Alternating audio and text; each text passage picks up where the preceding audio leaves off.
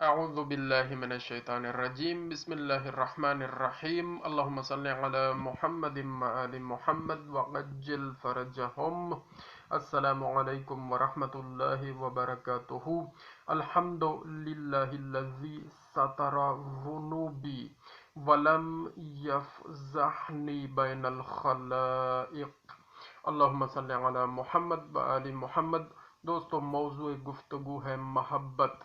سب سے پہلے مسلم شریف کی حدیث مبارکہ کا ترجمہ۔ میری امت میں سب سے زیادہ مجھ سے محبت کرنے والے وہ لوگ ہوں گے جو بعد میں آئیں گے۔ ان میں سے ہر ایک تمنا کرے گا کہ کاش مجھے دیکھتا اپنے گھر والوں اور اپنے مال کے ساتھ۔ ابو داؤد میں بھی ارشاد فرمایا، اللہ کے بندوں میں سے کچھ ایسے لوگ ہیں جو نہ نبی ہیں نہ شہید، پھر بھی انبیاء اور شہداء قیامت کے دن ان کے مرتبہ پر رشک کریں گے جو انہیں اللہ کے یہاں ملے گا۔ یہ وہ لوگ ہوں گے جو آپس میں ایک دوسرے کے رشتہ دار نہ تھے اور نہ آپس میں مالی لین دین کرتے تھے، بلکہ محض اللہ کے دین کی بنیاد پر ایک دوسرے سے محبت کرتے تھے بلکہ محض اللہ کے دین کی بنیاد پر ایک دوسرے سے محبت کرتے تھے۔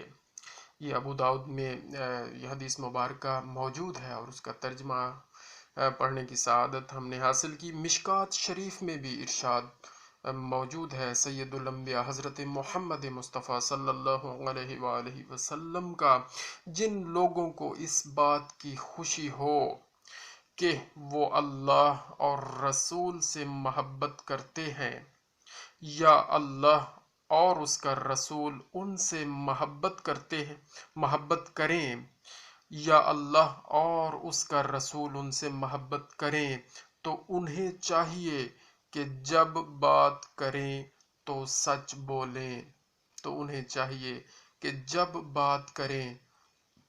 سچ بولیں تو یہ ہمارے سامنے یہ موجود ہے جی۔ کرائیٹیریا بتا دیا گیا ہے کہ اگر ہم یہ چاہتے ہیں کہ ہم بھی اللہ پاک سے اور سید الانبیاء سے محبت کریں اور اللہ پاک بھی اور سید الانبیاء جو آخری نبی ہیں وہ بھی ہم سے محبت کریں، تو سچ بولیں، یہ ہمیں بتا دیا گیا ہے۔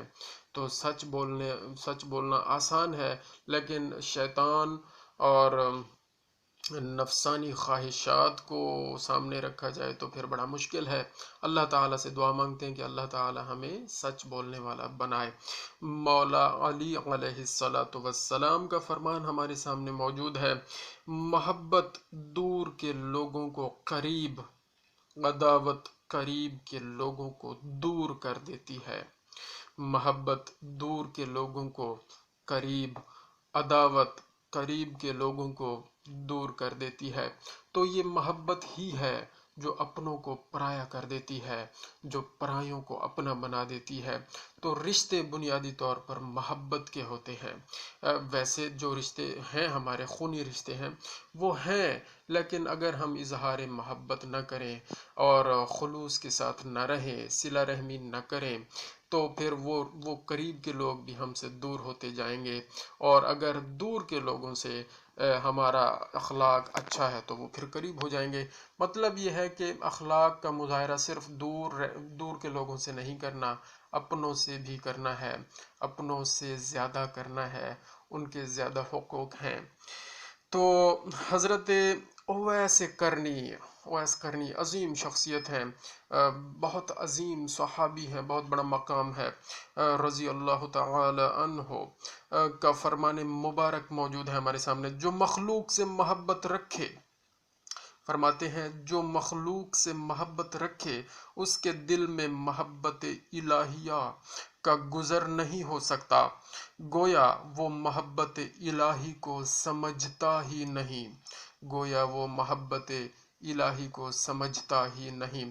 تو اس فرمان سے جو مجھے سمجھ آئی ہے بات وہ یہ ہے کہ صرف اللہ تعالیٰ سے اگر ہم نے محبت کرنی ہے تو دنیاوی فضول محبتوں سے ہمیں جان چھڑانی ہوگی، پھر محبت ہوگی اللہ پاک سے سچی۔